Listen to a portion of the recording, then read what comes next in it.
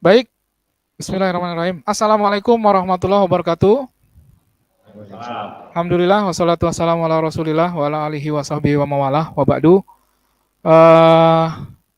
Bersyukur sekali pada pagi hari ini kita bisa kembali berkumpul ya dalam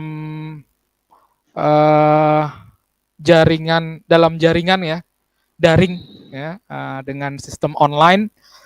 Kita pada pagi hari ini berbahagia sekali karena akan kembali belajar tentang spot capturing langsung oleh penemu metodenya, yaitu Bapak Dr. Insinyur Haji Nugroho Widyasmadi. Kegiatan ini diselenggarakan oleh PKBM Generasi Mandiri bekerjasama dengan PKBM Anugerah Bangsa ya, yang ingin berkontribusi ya pada usaha memajukan ya bidang pendidikan di negeri kita ini. Ya, luar biasa. Alhamdulillah kita sudah menyelenggarakan ini. Ini adalah webinar spot capturing yang kedua, Pak ya. Nah, ini adalah bagian yang kedua di YouTube ini. Sebelumnya juga pernah diselenggarakan webinar spot capturing yang pertama, yang mungkin nanti tentu teman-teman yang saat ini mungkin sudah mendaftar bisa menambah lagi wawasannya apabila mengikuti kegiatan webinar atau menonton rekaman webinar spot cap yang pertama di bulan Agustus yang lalu. Tapi insya Allah di pagi hari ini Pak Nugroho juga akan mereview ulang, mungkin bagi teman-teman yang belum sempat mengikuti webinar Spotcap yang pertama, insya Allah akan sedikit dibahas kembali mengenai apa itu Spotcap, kemudian seperti apa nanti sepertinya pada pagi hari ini kita akan lebih banyak praktek begitu. Mungkin seperti itu, sedikit informasi buat teman-teman semua, termasuk juga untuk Pak Nugroho Widyasmadi. Hari ini tercatat sudah luar biasa cukup banyak, 350-an pendaftar, Pak. Tersebar di berbagai Nusantara, di berbagai daerah, di berbagai kota di Indonesia. Ada yang dari Papua, ada yang dari Sorong, ada yang dari Maluku, ada yang dari Sumatera Utara, macam-macam, dari Bali, dari Sulawesi dan sebagainya. Ini tersebar cukup banyak audiens yang berasal dari pendidikan, dosen, ya, guru, mulai dari guru PAUD, SD, SMP, SMA, dan dosen gitu ya. Ada juga ibu rumah tangga, kami juga berbangga nih banyak ibu rumah tangga yang hadir karena memang ini juga diperuntukkan buat para orang tua yang mendampingi anak-anaknya belajar di rumah. Ya, untuk mengefektifkan waktu kita, langsung saja saya menyerahkan untuk sesi pertama ini. Nanti akan ada pemaparan materi ya dari pengantar teknis ya dari Bapak Dr. Insinyur Haji Nugroho Widyasmadi terkait beliau sebagai Ketua Yayasan ANSA. Mungkin langsung saja kami persilahkan kepada Bapak Dr. Insinyur Haji Nugroho Widyasmadi. Silakan, Pak.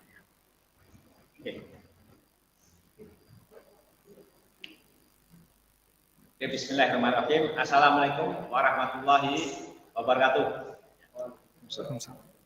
Salam sejahtera bagi kita semuanya. Om Swastiastu.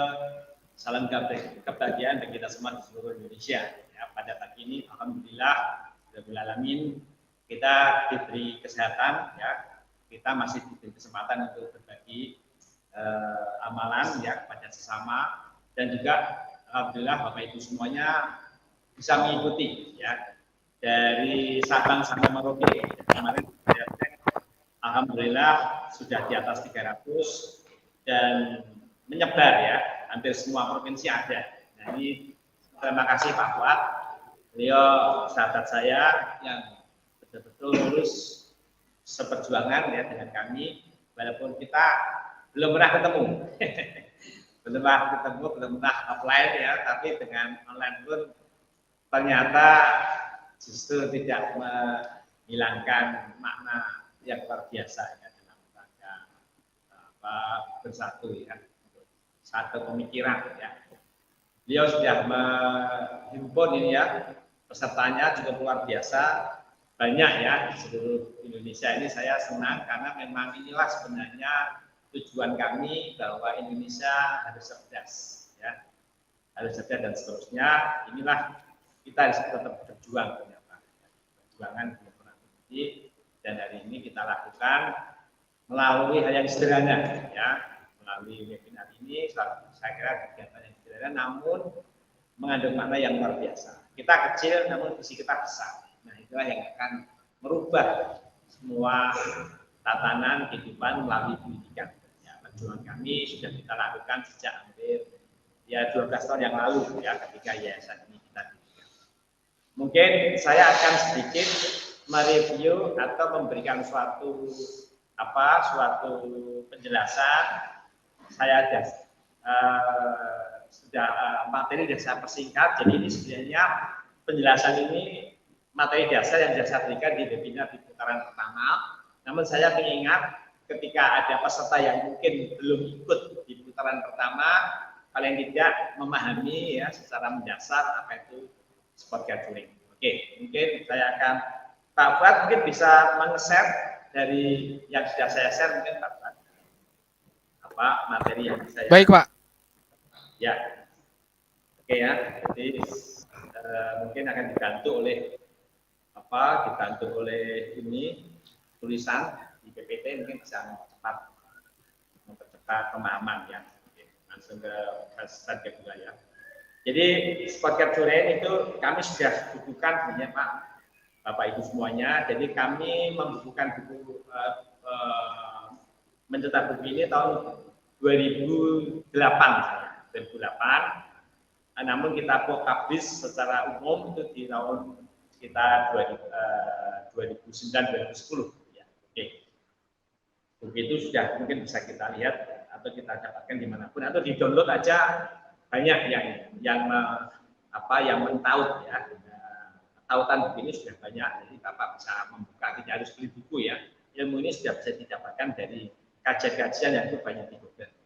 Oke, langsung Mas. Jadi apa itu sport capturing? Ya, saya jelaskan secara mendasar adalah metode mengatur ya, memanage ya. Jadi kita itu sebenarnya hidup itu hanya memanage ya, memanage satu kekuatan kita, yaitu kekuatan energi otak, spektrum gelombang. Jadi kalau bicara energi otak, sebenarnya kalau kita lebih secara empiris yaitu spektrum gelombang. Ya, karena gelombang itu adalah energi, maka energi itu nanti bisa kita tampilkan ke dalam warna. Jadi warna itu sebenarnya kan indikasi panjang pendeknya satu energi gelombang yang mengalir ya untuk aktivitas kehidupan. Ya.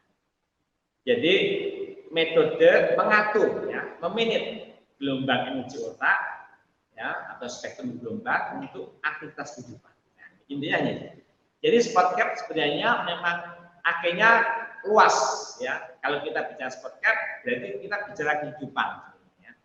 Kehidupan itu ya mulai dari bagaimana sejak kita lahir sampai nanti mati. Disitulah kita berhadapan banyak variabel-variabel alam yang luar biasa ya yang harus kita hadapi.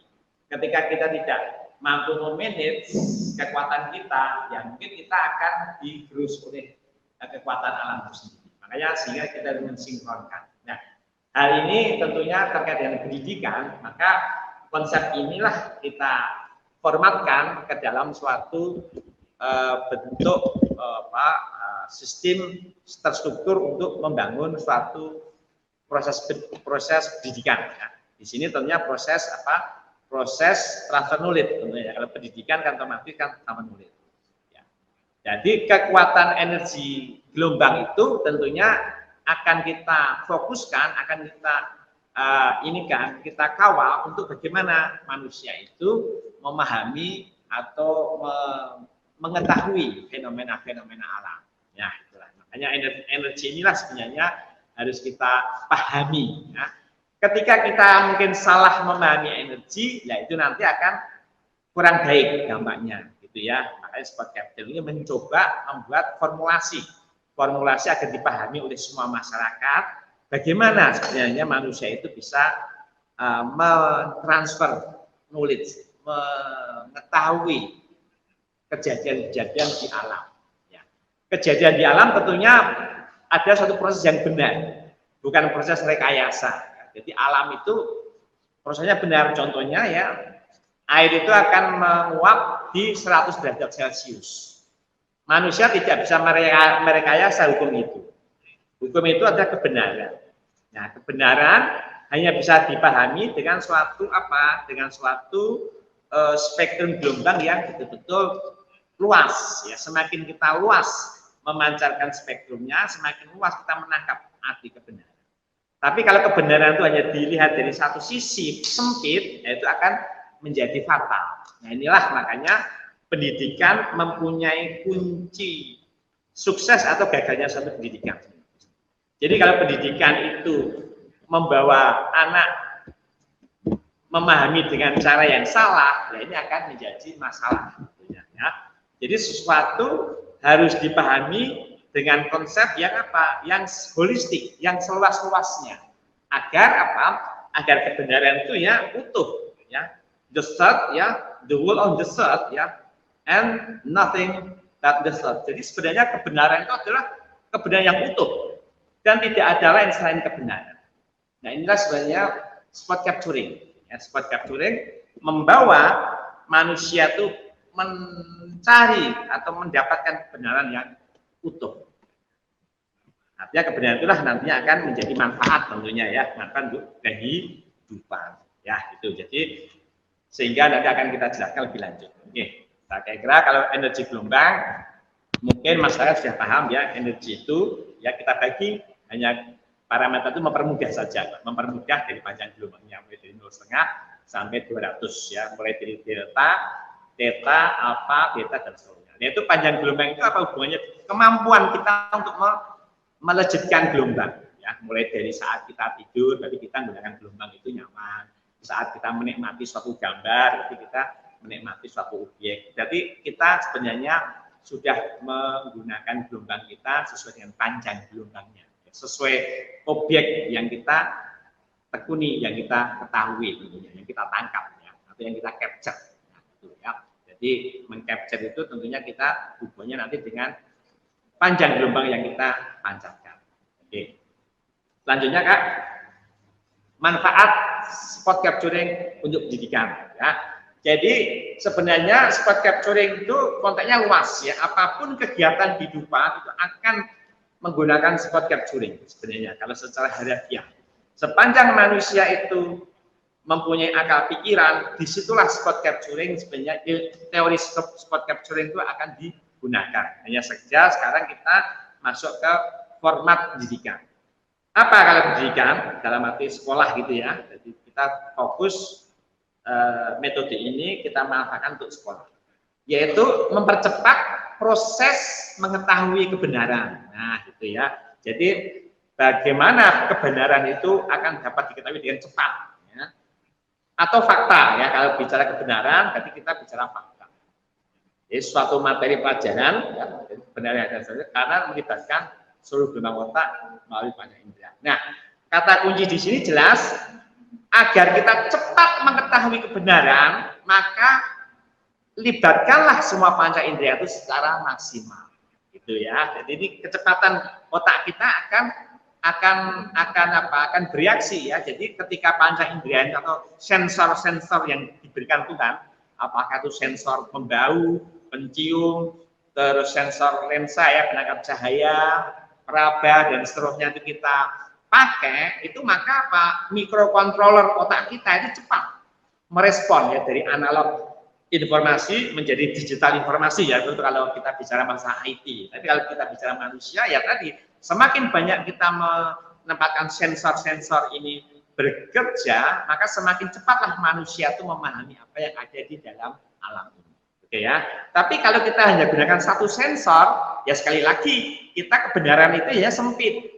Ya gitu ya. Contohnya yang mudah lah ketika kita bicara masalah kalor, panas, kita hanya bicara air mendidih pada 100 derajat Celcius. Itu kalau kita membaca saja. Oke, itu benar dari sisi tekstualnya. Tapi ketika anak tidak pernah melihat sisi lainnya atau sisi faktanya atau sensor-sensor lainnya tidak pernah digunakan, ya nanti anak itu sampai lulus hanya mengetahui air mendidih pada suatu saat dia berhadapan dengan air sumbuan, dia nggak tahu kalau itu sedang mendidih, dipegang, diminum, nah dia langsung kesakitan. Itu hanya contoh sederhana saja. Ya. Jadi ketika pelajaran itu hanya diberikan hanya menggunakan satu sensor, membaca saja, ini fatal. Suatu saat dia akan menghadapi suatu objek yang nyata, di mana sensor-sensor itu tidak pernah digunakan, nah itu dia akan merasa akan ada kegagalan tentunya ya, bisa kesakitan, bisa kelumpuhan dan seterusnya. Oke ya, sekali lagi manfaat spot capturing adalah mempercepat ya mengetahui kebenaran. Dengan apa? Ya dengan tentunya yang Tuhan sudah berikan ya 5 panca indera. Oke, salah selanjut ya cepat. Mengapa harus spot capturing? Pertanyaannya ya. Ya karena otomatis kita harus kembali lagi ya, kita sebagai manusia harus bersyukur. Dengan apa cara bersyukur? Ya dengan memanfaatkan sensor kita ini menjadi apa? Menjadi alat yang bermanfaat. Ya pertama-tama untuk dirinya sendiri tentunya ya. Yang kedua nanti untuk alam lingkungannya dan untuk yang di luar. Jadi otomatis kalau mengapa harus spot capturing? Ya jelas karena Tuhan telah memberikan panca indera ya, untuk apa? Panca indera itu menstimulasi otak agar manusia mengetahui semuanya. Ya, bentuk, kejadian, fakta di alam itu sebagai suatu kebenaran ya yang harus kita ketahui sebagai ilmu pengetahuan. Jadi kalau kita belajar hanya membaca itu sebenarnya kita tidak mensyukuri Tuhan ya karena panca indera lainnya nggak pernah dipakai gitu ya itu bahasa mudahnya seperti itu. Cara mensyukuri ya kita harus bagi menggunakan panca indera ini dengan apa? Dengan menangkap objek materi pelajaran tadi tentunya ya tangannya harus merasakan, hidungnya merasakan, telinganya merasakan. Kalau memang itu bisa dirasakan dengan telinga ya dengan telinga, dengan hidung dan seterusnya. Itulah cara kita mensyukuri. Artinya juga bagaimana inilah sebenarnya konsep spot capturing tadi kita terapkan gitu ya untuk kejadian dan fakta. Oke, selanjutnya akan saya jelaskan sedikit apa bedanya mengetahui dan mengerti. Ya, ini sedikit kita harus dipahami ya. Jadi ini bahasa mengetahui dan mengerti itu agak berbeda. Sekali lagi, kalau mengetahui berarti semua panca indera terlibat. Otomatis apa? Otomatis si anak itu hadir dalam suatu peristiwa. Nah, kalau misalnya Bapak Guru menerangkan pasar, ya, menerangkan kehidupan di pasar, tentang jual beli, tentang barang-barang yang ada di pasar, tentang situasi lingkungan, ya mestinya logikanya memang kalau teori spot capturing itu digunakan, ya memang harus memunculkan apa itu suasana pasar itu di dalam suatu proses pembelajaran tadi, apa anaknya diajak ke pasar, apa anaknya disuruh ke pasar, atau gurunya menunjukkan gambar pasar atau film pasar, terserah ya. Tapi artinya di situ muncullah objek-objek yang bisa ditangkap oleh panca indera si anak. Semuanya saya kira harus dilibatkan. Ya semakin sempurna semakin luar biasa lah ya. Bisa diajak jalan-jalan ke pasar sambil menerangkan. Jadi sebenarnya kelas itu tidak di kelas ruangan, kelas itu ada di alam. Alam itu ada kelas. Kelas yang diciptakan Tuhan untuk apa? Untuk belajar. Salah kalau kita tuh belajar di kelas ruangan 3x4 atau 6x6 itu salah.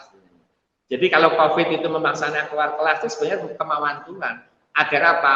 Manusia turun ke kelas yang sesungguhnya yaitu alam. Gitu ya, gitu kalau saya pahami. Jadi saya kira disitulah peran guru akan membawa anak-anak ke dalam suatu peristiwa yang nyata, gitu ya. Jadi ya memang idealnya seperti apa ya kita mungkin tidak dipaksakan. Bisa melihat banjir ya jangan sampai anak diajak ke tengah banjir sungguhan nanti bahaya. Tapi itu seninya kita membawa anak bagaimana ya tentunya harus diatur ya dengan sesuatu yang apa yang aman, nyaman. Tapi yang penting transfer itu bisa diketahui dengan baik ya. Ya mungkin tidak harus datang di tengah-tengah, tapi mungkin dari kejauhan juga bisa. Kalau mungkin melihat suatu fenomena banjir, fenomena mungkin kebakaran ya suatu saat bisa kita lihat, itu bisa kita langsung tapi dengan hal yang mungkin itu pertimbangkan. Oke ya, jadi beda. Jadi kalau mengetahui itu adalah kita datang ke dalam atau melihat objek betul proses, tapi kalau mengerti itu hanya sebatas dia mengerti pemahaman dari kontekstual. Nah, sementara inilah sebenarnya yang kita bangun hari ini pendidikan di Indonesia itu banyak yang bertumbuh hanya sekedar mengerti. Jadi kalau sudah mengerti sudah selesai, kalau sudah hafal ya sudah selesai. Itu belum. Memang ya itu bagian dari pendidikan ya membaca.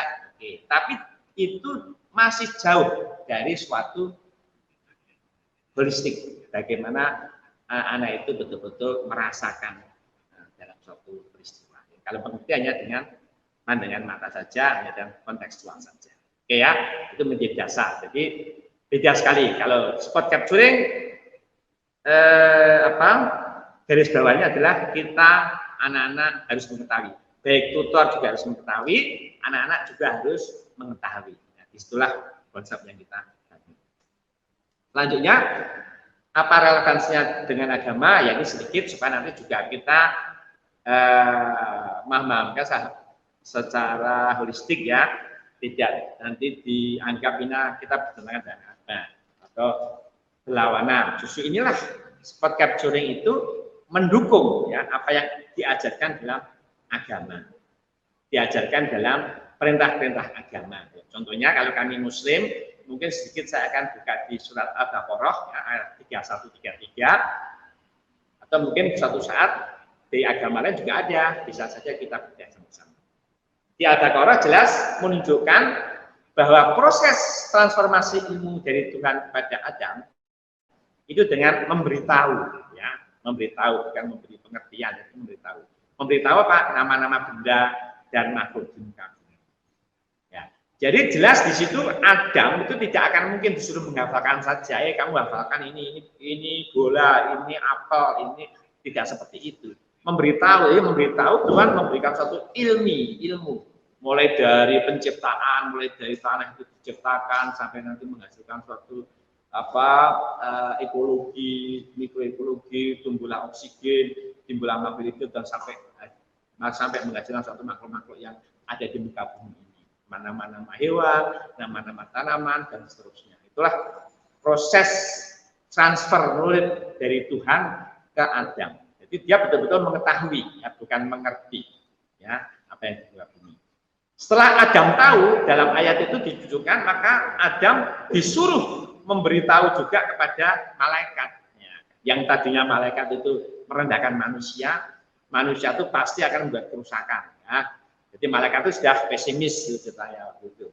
Maka biar manusia itu tidak direndahkan oleh malaikat, maka Adam disuruh memberitahu tentang apa yang sudah diajarkan Tuhannya kepada malaikat. Sama, Adam waktu itu juga akan menerangkan fenomena-fenomena kejadian. Ya. Dengan tadi, ya kalau kita bahasakan ya dengan spot cap tentunya ya, bagaimana rasanya apel itu, bagaimana rasanya udara dingin, bagaimana kejadian ini ya, cuma akan diberitahu secara holistik. Nah, dari itulah mereka sadar kalau manusia itu betul-betul nggak main-main ini, ya tentunya kalau nggak main-main punya pengetahuan yang luar biasa ya, bukan pengertian yang luar biasa, ini pengetahuan yang luar biasa ini berarti ini mungkin tadi khalifah yang bisa mengawal bumi, baru malaikat percaya. Gitu ya. Jadi ini sebenarnya proses belajar Tuhan sebagai tutornya kepada Adam. Ya, setelah Adam dipandang paham, Adam suruh menutori atau suruh mengajar ke mereka, memberitahu tadi juga sama-sama. Jadi prosesnya mengetahui ya, memberitahu. Jadi Adam disuruh memberitahu. Termasuk juga di ayat 5 dan seterusnya. Jadi jelas kebenaran itu menjadi suatu kewajiban umat manusia untuk apa? Untuk mengetahui isi alam. Kebenaran. Karena dengan kebenaran inilah manusia akan jadi khalifah yang benar di bumi ini. Dia bisa mengolah alamnya dengan baik, dengan rahmatan yang alami, tidak merusak alam dan seterusnya. Dia ada tahu tentang batasan-batasan di mana alam itu akan rusak, di mana itu alam akan tidak seimbang. Karena dia mengetahui, tidak menghafalkan. Ya proses itulah yang harus dipahami kalau di Al-Quran atau di agama tentunya kebenaran. Ya, kebenaran itu tentunya mengandung parameter-parameter yang harus dipahami secara holistik. Jadi panca indera harus menangkap. Oke, selanjutnya yaitu tentang saya kira sedikit spot capturing spectrum analysis. Jadi ini kalau saya bicara ini mungkin manfaatnya untuk para peneliti ya, peneliti tentang neurosensorik. Apa sih bedanya kalau orang membaca angka atau membaca saja sama orang yang melihat di peristiwa yang dikatakan Pak Nugroho tadi? Ada bedanya.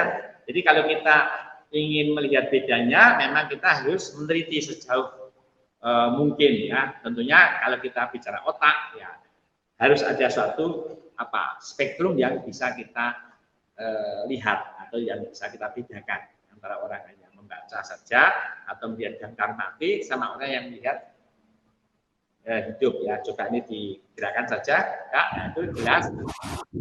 Saya masih karena ini nggak ada spektrum nggak ada neurosensorik, saya gunakan hasil daripada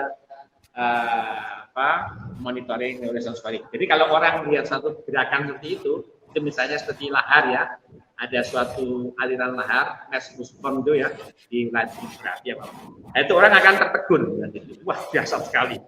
Dia akan terbanyak, dia akan melihat baunya lahar, dia akan mungkin ketakutan sedikit. Ya itulah sebenarnya pancaran spektrum itu berwarna-warni kan. Karena mulai ada spektrum yang nyaman tuh di alfa, spektrum yang betul-betul menikmati itu di delta, sampai spektrum yang serius di beta, gamma dan seterusnya. Nah, jadi artinya semua spektrum otak kita bermain. Nah, disinilah manusia akan merespon kejadian ini dan membentuk suatu pengetahuan yang luar biasa.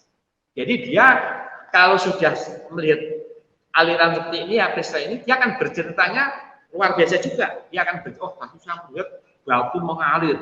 Padahal batu itu setinggi sebesar rumah. Ya. Dia bisa mengalir kayak air. Ya, itu berarti sesuatu yang luar biasa. Jadi pengalaman itu akan menjadi suatu tantangan dalam dia memahami lebih lanjut. Beda kalau dia hanya sekedar membaca. Lahar dingin adalah aliran yang membawa batu. Titik. Dia nggak bisa menjadi. Oke, saya lanjutkan juga bedanya dengan ketika kita menatap suatu rumus-rumus atau membaca buku. Nah, ini hanya spektrum berwarna biru saja. Ya, kita hanya scanning saja. Atau kita hanya konstan atau fokus pada angka yang nanti. Nah, hafalan akhirnya ya. Ya, kayak kecepatan adalah kilometer per jam. Itu selesai. Kalau dia udah hafal selesai, tapi dia nggak tahu makna kecepatan itu apa.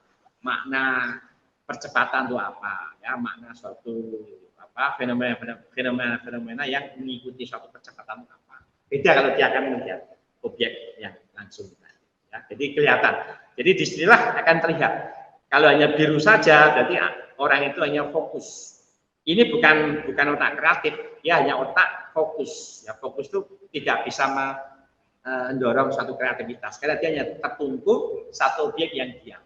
Dia tidak ada reaksi apa-apa. Nah, dia tidak ada suatu tantangan apa-apa. Beda dengan yang tadi. Oke, lanjut. Ya.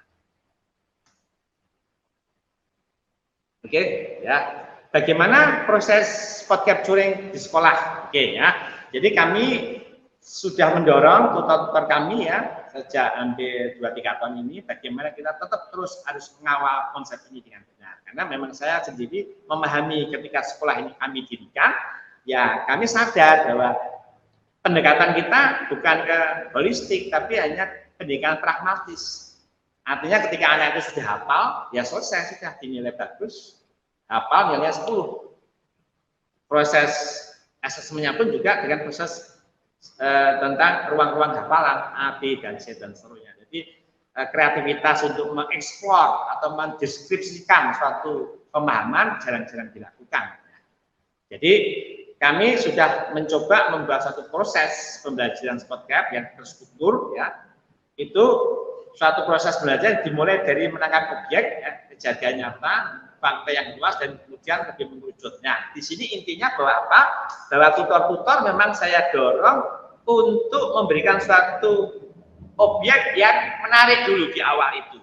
Nah, jadi Ini objek menarik itu terserah, tutor-tutor punya kreativitas apa membawa boneka, apa membawa alat apa, ya pokoknya apa. Yang penting bahwa entry point, pintu masuk pertama, anak itu dibuat senang karena dia melihat satu objek yang akan dipahamkan.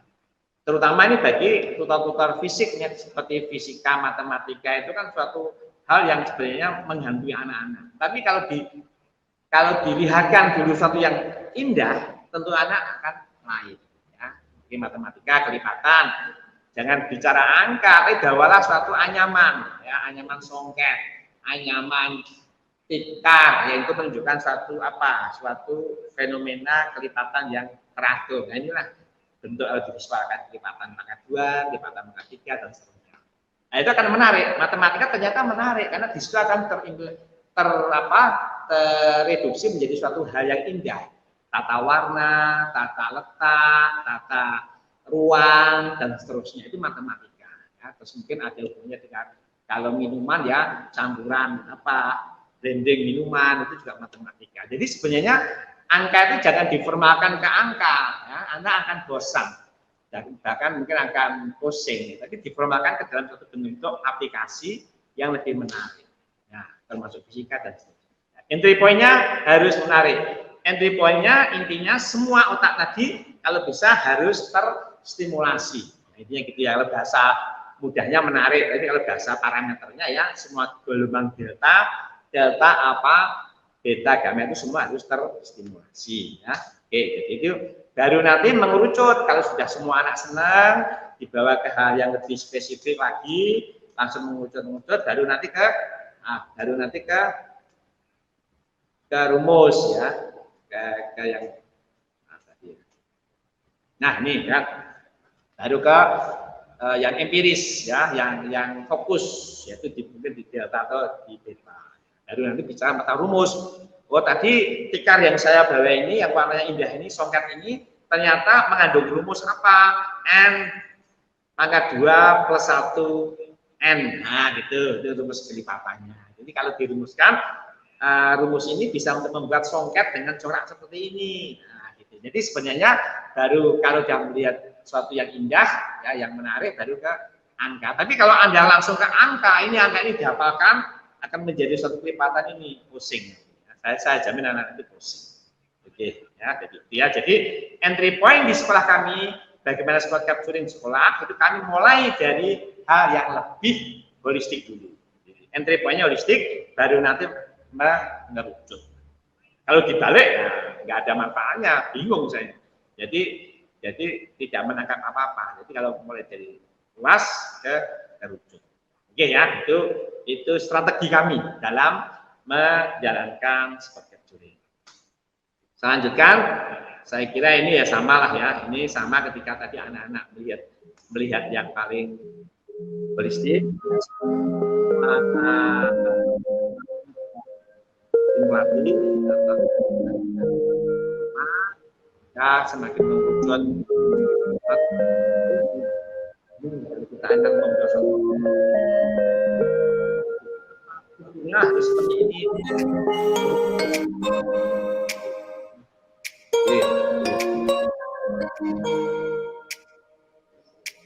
Nah, semakin lama semakin biru ya, jadi berwarna terus menjadi biru. Jadi ya apapun bisa, mulai dari songket, anyaman, kalau ini matematika ya, bangunan pencakar langit atau piramid dan seterusnya, banyak lah ya. Tinggal nanti kreativitas tutor itu memang menjadi suatu kunci dari semua ini, gitu ya. Saya lanjutkan, saya kira ini juga sama ya, kalau ini visual ya, mulai dari yang luas ya, contohnya ini sudah saya terangkan tadi ya, kalau kita bicara tentang rumus lingkaran, ya mungkin tutor-tutor bisa memunculkan bentuk-bentuk apa yang ada di sekitar kita, gedung-gedung yang bentuknya lingkaran, atau apa, ornamen-ornamen tangga, atau apa struktur yang sebenarnya itu indah dilihat dan anak-anak juga menantang. Seperti senjata akan menantang. Itu saya kira menjadi suatu entry point ya, entry point daripada suatu proses spot capturing menuju ke hal yang lebih fokus. Oke. Terus lanjut saja, nggak apa-apa, ini saya kira Kalau ini hanya film ya, film ketika anak-anak melihat.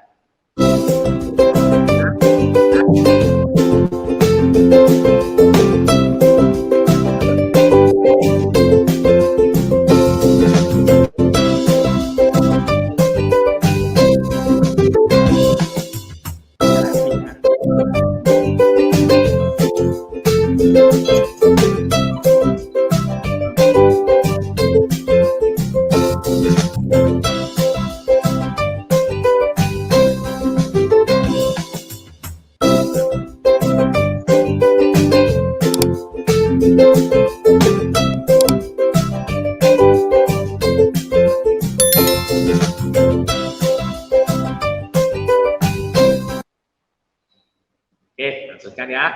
Jadi jelas, makna ini jelas tadi ketika anak-anak siswa itu mengetahui heuristik, di situ dia tahu persis aktualnya dan manfaatnya. Itulah kata kunci 2 tadi yang akan kita assessment. Jadi dengan siswa-siswa itu melihat suatu fenomena tadi, dia sudah akan punya dua variabel yang itu akan bermanfaat. Apa itu? Aktualisasi dan manfaat. Nah ini contohnya, oh ternyata rumus pi r kuadrat itu manfaatnya untuk membangun gedung yang punya jari-jari, punya luasan yang seperti lingkaran. Nah, oh kalau NP pangkat 2 plus N itu akan bisa kita buat, manfaatnya apa? Bisa kita buat untuk membuat program matematik atau program yang spesifik untuk membuat tenun misalnya, untuk membuat corak-corak misalnya songket dan seterusnya. Nah itu saya kira langsung connect. Jadi belajar materi pelajaran itu manfaatnya apa itu harus disampaikan ke anak.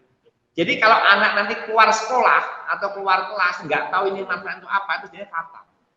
Jadi si anak juga akan bingung, ya aku kok sini aku konopo, sekolahnya konopo juga bingung, atau stres. Ya gitu ya. Jadi justru dibuat anak itu akan haus. Justru tidak akan lari, tapi dia akan dekat gitu ya, karena dia akan haus akan ilmu pengetahuan. Hari ini jarang seperti itu, karena anak-anak sudah takut dulu, takut sama gurunya, takut sama ilmunya, takut sama sekolahnya, terakhir takut sama orang tuanya. Ini yang terjadi. Jadi suasananya pendidikan itu seperti itu mungkin kalau kita sadari. Tapi insya Allah dengan SpotCap pendidikan menjadi suatu kegiatan yang menyenangkan. Jadi yang paling penting karena kuncinya seperti itu ya. Oke, sedikit saya lanjutkan.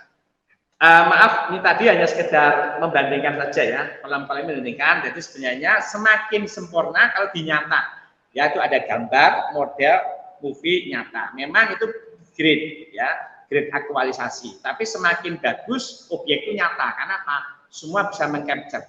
Mata, telinga, hidung, kulit, tidak bisa mengcapture. Jadi kalau bisa kita hitung secara parameter neurosensorik itu 100% ya bisa menangkap. Tapi kalau hanya gambar ya hanya 40%. Kalau modelnya 75%. Kalau movie itu adalah satu animasi mungkin film itu 76%. Nyata 100%. Nah ini tinggal bagaimana tutor menghadirkan suatu mapel dalam bentuk aktual. Ya kalau mungkin nggak ada yang nyata, kalau ini kan COVID ya mungkin kita nggak bisa jalan-jalan ya, terbatasan ada protokol, mungkin movie saja nggak masalah. Kalau movie nggak ada ya mungkin model, kalau nggak ada model ya gambar tolong ya dibuat gambar yang menarik, jangan hitam putih ya, menarik 3 dimensi, jadi paling tidak rangsangan untuk ya menciptakan satu stimulasi semua gelombang itu terbangun gitu ya. Oke, kita lanjutkan saja ya. Saya kira ini untuk perbandingan daripada parameter ini ya, untuk modelnya. Terus sampai selesai, bagaimana cara asesmen spot capturing? Ini sudah saya jelaskan tadi. Ya mengasesmennya hanya dua hal saja. Pastikan si anak itu memahami secara fakta. Apa buktinya? Anak tahu rasanya, tahu suaranya, tahu teksturnya, tahu tahu gerakannya. Jadi artinya apa? Yang melaporkan itu adalah si panca indera. Nah, sepanjang anak itu bisa melaporkan semua panca inderanya dengan baik, ya berarti itu dia tahu fakta. Yang kedua apa? Tahu manfaat. Apa yang Anda pelajari itu manfaatnya? Anak bisa bercerita. Nah, Jadi asesmen yang kita lakukan tidak macam-macam. Kalau anak itu sudah tahu fakta dan manfaat, saya yakin dasar. Dia bisa hidup sukses tanpa ijazah. Karena dia akan mengolah semua sumber daya alam berdasarkan fakta dan manfaat. Karena kreativitas itulah sejatinya di situ. Ya, bukan dinilai hafalan yang 10 enggak, tapi kalau dia tahu fakta, dan ini sudah dikuasai nenek moyang kita. Nenek moyang kita hanya 2 pegangan ini saja, dari turun temurun. Jadi ketika dia menurunkan misalnya metalurgi, dia menurunkan suatu ilmu-ilmu pertanian, dia hanya ini saja. Nah, tapi disusun secara luar biasa ya. Kitab-kitab metalurgi, kitab-kitab obat-obatan, ya, kitab pelayanan itu luar biasa jasanya ya, dikeluarkan oleh kerajaan Indus ya, di sana di Sunda sana, itu disimpan di Leiden, nggak boleh orang buka. Itu isinya jauh lebih dahsyat dari kitabnya Oxford University, dari Stanford. Semua mengacu ke sana, tapi dirahasiakan. Ini sebenarnya. Jadi sebenarnya pendidikan itu ya hanya ini isinya, tapi di dalamnya ada suatu fakta tadi. Fakta jelas ketika dia bicara masalah air mendidih, tahu mendidih di 100 derajat Celcius, ya itu diterangkan dalam kitab-kitab.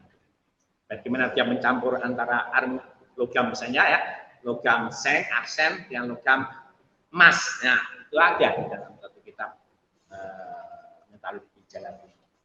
Nah, ini yang kita dipendam oleh penjajah dan kita enggak. Dan nenek moyang kita sudah paham. Ya, oke. Jadi saya kira Spotcap mencoba untuk membedah ilmu ini tidak tekstual, tapi hal yang hubungannya dengan fakta dan manfaat. Dua itu ya, jadi cara mengeksperiment kita nanti akan diperagakan oleh tutor-tutor kami ya dalam menerangkan apa yang sudah kita berikan. Ini biasanya 1 semester ya pemberian tugas ya, atau namanya tugas kreatif. Itu per modul. Ya. Jadi kalau KTSP itu 1 semester ada 3 modul, berarti ya di dalam 1 semester kita punya tugas kreatif. 3 tugas kreatif tadi ya, atau TK. Terus mungkin juga ada project home. Ya. Jadi kalau tugas kreatif itu untuk mengasesmen anak-anak tahu fakta. Jadi setelah kita berikan 1 modul, maka otomatis penugasannya adalah mencari hal-hal yang real alam nyata untuk melihat apa yang relevannya dengan modul. Nah, terus project home hubungannya dengan bagaimana mencoba anak-anak diminta membuat satu proyek kecil-kecilan yang terkait dengan mapel tadi. Tentunya proyek tadi harus ada hubungannya dengan manfaat kehidupan.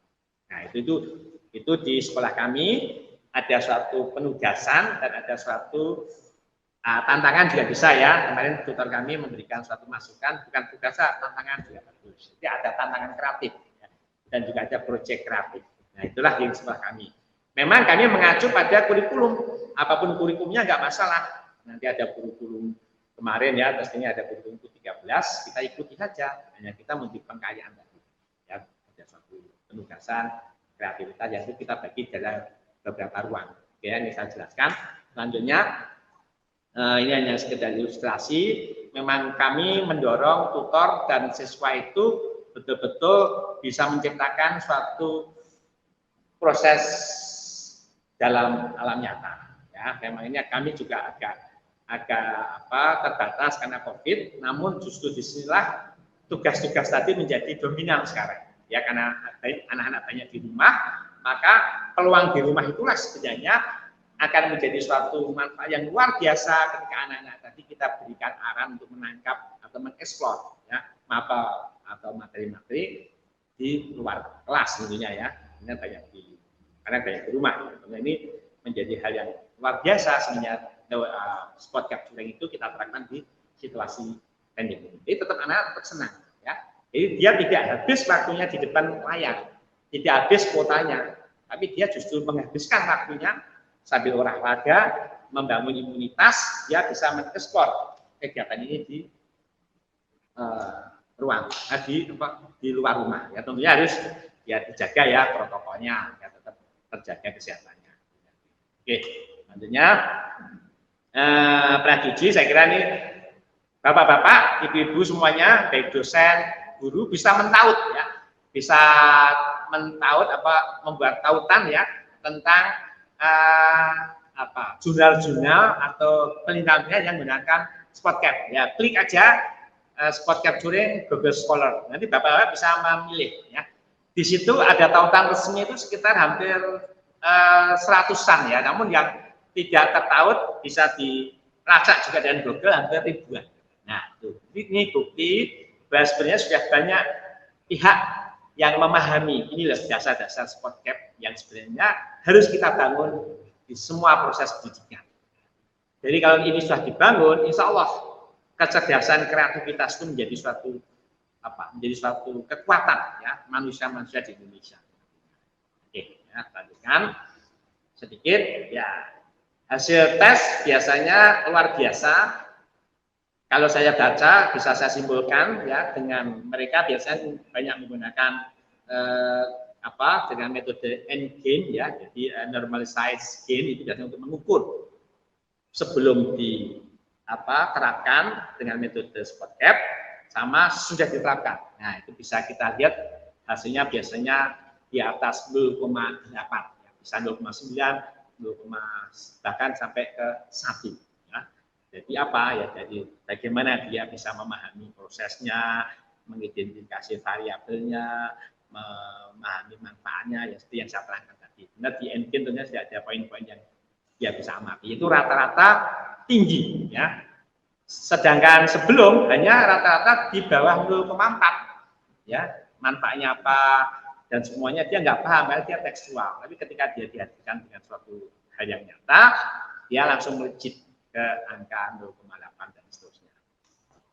Ya, jadi ini rata-rata kalau saya terangkan tadi nilai dari perumusan masalah, penyusunan hipotesis, mengidentifikasi variabel, mengamati semuanya itu rata-rata di atas 0,8. Ini termasuk untuk mahasiswa. Ya, saya sendiri juga mengeksperimenkan ke mahasiswa kami. Ya, mahasiswa kami yang hanya kami membuat suatu misalnya prototipe berdasar buku sama berdasar pengamatan jauh berbeda. Nah, ini saya kira uji ini betul-betul sahih karena memang betul-betul terukur ya konsep ini. Ya, tinggal bagaimana konsep ini bisa kita terapkan di sekolah. Tentu seninya ya, seni kepala sekolah, seni guru menyampaikan ini secara menyenangkan. Intinya ya tadi memastikan anak terlibat dengan panca indera. Mengakses anak bagaimana anak tahu fakta dan tahu manfaat. Nah, itu aja yang kita terapkan selama ini ya. Mungkin penutup kami akan memastikan bahwa hari ini kita akan mencoba memberi simulasi agar mudah apa yang kami terangkan tadi bisa dipahami oleh semua hadirin dengan suatu semacam praktek gitu ya. Jadi di situ kita lihat ada 4 ruang ya.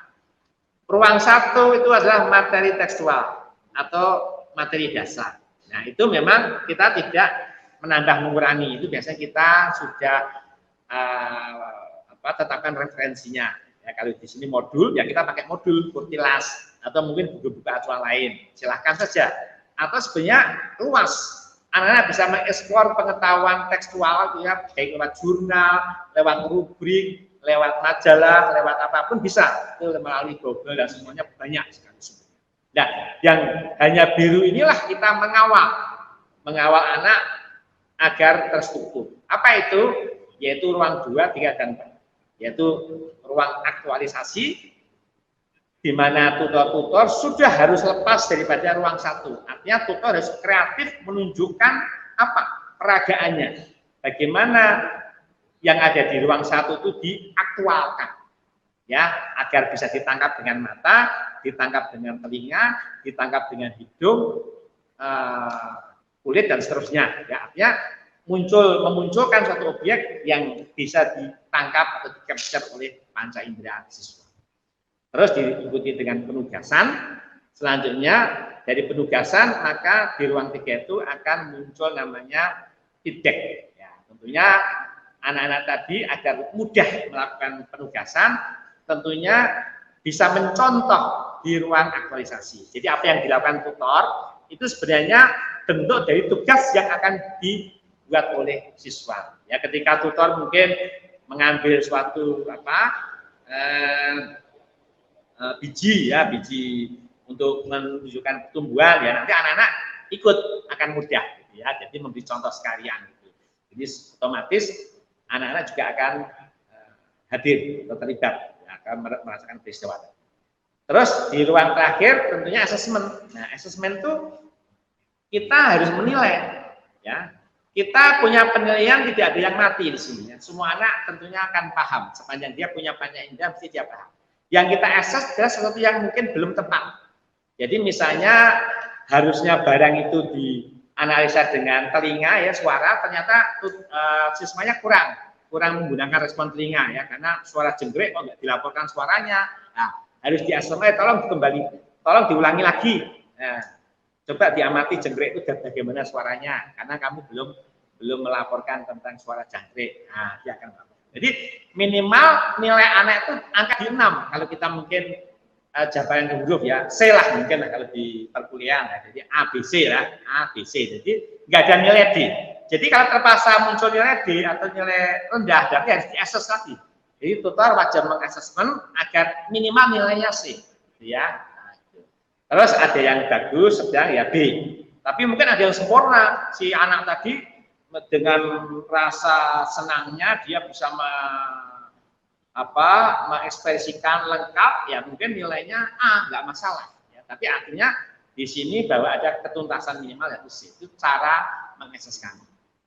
Terhadap apa? Ya tadi terhadap fakta dan terhadap manfaat. Ya, kalau duanya sudah tercapai, ya sudah inilah sebenarnya kunci daripada suatu pembelajaran yang holistik kayak gini. Anak-anak nggak perlu hafal, karena di luar sana di dunia pendidikan, di dunia usaha itu nggak ada pegawai suruh menghafal, itu juga nggak ada. Pegawai mesti diberi katalog, diberi suatu SOP yang ini semua harus dibaca dengan benar. Jadi nggak ada istilah menghafal. Jadi semua harus pakai logika semua. Jadi percuma kalau kita sekolah harus suruh menghafal, itu nggak ada manfaatnya. Ya, yang penting filosofi, pemahaman dan semuanya itu betul-betul secara holistik ya. Oke ya, ini gambarannya bagaimana cara asesmen kita di sekolah. Saya kira itu, ini penjabaran tadi sudah jelas ya, ada modul 1 dan seterusnya. Jadi nilai proses yang meliputi dari tugas kreatif atau tantangan kreatif dan juga proyek home, proyek kelas itu kita menempati nilai tinggi Bapak. Di atas 50%, minimal 60, 55 sampai 60. Nah, ini yang luar biasa ya. Jadi artinya proses belajar, proses tadi telah penulis tadi yang berupa tugas kreatif itu nilainya tinggi, bobotnya antara 55 sampai 65. Yang lainnya baru mengikuti prosedur yang sudah ditetapkan pemerintah ya, seperti memilih pilihan berganda dan seterusnya. Gitu ya. Jadi ini format bagaimana kita mendistribusikan nilai siswa. Jadi nilai siswa lebih banyak di nilai proses yang kita ambilkan dari apa? Dari tugas kreatif dan proyek kreatif atau proyek home. Karena ini di rumah, hanya di rumahnya ya, karena maka kita namakan proyek rumah atau proyek home. Oke, saya kira itu ya, ini gambaran ketika satu semester ada 3 modul. Ya, mungkin UTS-nya sudah nggak ada karena dia ikut di penugasan. Ini hanya sekitar gambaran simulasi saja. Ya, apa kesimpulannya? Jadi saya sedikit banyak mengambil kesimpulan dari penelitian para ahli ya, yang ada di banyak jurnal, bahwa saat ini anak-anak kita kesulitan dalam mendapatkan fakta ya, dan kebenaran ya, seperti itu terhadap materi mapel. Jadi siswa tidak tahu atau mungkin sama sekali belum pernah melihat wujud asli dari objek dalam materi sampai lulus, itu pernah ada juga. Ya, ini kan fatal. Siswa tidak tahu manfaat mapel dalam kehidupan sehari-hari. Nah, ini yang paling banyak terjadi seperti ini. Jadi sampai lulus dia pun nggak paham apa yang dia pelajari itu manfaatnya, relevansinya yang di depan mata itu ternyata harus gunakan dengan ternyata dia sudah mempelajari itu dia nggak nyambung. Padahal dia sudah mempelajari sebenarnya gitu maksudnya gitu ya. Jadi sampai lulus dia nggak paham ilmu yang mapel yang dia dapatkan itu apa itu. Ini sebenarnya sangat fatal. Ya. Siswa tidak peka terhadap situasi lingkungan, jelas ini sama sekali ini juga hampir banyak terjadi seperti ini. Jadi potensi daerah, situasi daerah dan semuanya itu yang harusnya menjadi masa depan siswa bisa meraih itu dia tidak tergerak. Ya, dia jadi ini mati rasa. Ya. Dia nggak peka kan, nggak pernah diajak jalan-jalan. Yang terakhir siswa rasa syukur dan bangga sebagai anak Indonesia juga rendah kayaknya. Bangsa yang kaya seperti ini kita nggak paham setelah dijajah dan sebagainya. Inilah semuanya akibatnya kita menghasilkan indeks kompetisi kita, talenta kita tuh rendah ya. The Global Index Competitiveness ya, indeks ya, global persaingan kreativitas kita itu di ASEAN kita menempati urutan 5 kalau tidak salah, di bawah Filipina. Kalau di dunia itu kita urutannya 66 ya. 76 apa 465 kita nggak tahu, buka di Google aja. Jadi kita tuh termasuk negara yang rendah indeks talentanya. Ya. Kenapa? Ya tadi ini. Artinya daya dukung kreativitas sarjana kita, kreativitas anak-anak muda kita yang masuk dalam bonus demografi tadi tidak bermanfaat artinya. Kita sekarang banyak manusia muda sebenarnya yang itu potensi untuk membangun hutannya, membangun sungainya, membangun lautnya ini menjadi kaya, tapi akhirnya potensi tadi tidak bisa terwujud. Ya karena tadi banyak sarjana kita, tapi 1, 2, 3, 4 poin tadi yang dia hadapi. Tidak peka, tidak tahu manfaat ilmunya, lulusan pertanian ingin jadi pegawai bank, lulusan ini, jadi semua sudah kacau hari ini. Ya, kita hanya mengejar satu progresis, tapi nggak paham sejatinya apa itu ilmu pengetahuan. Spot capturing sekali lagi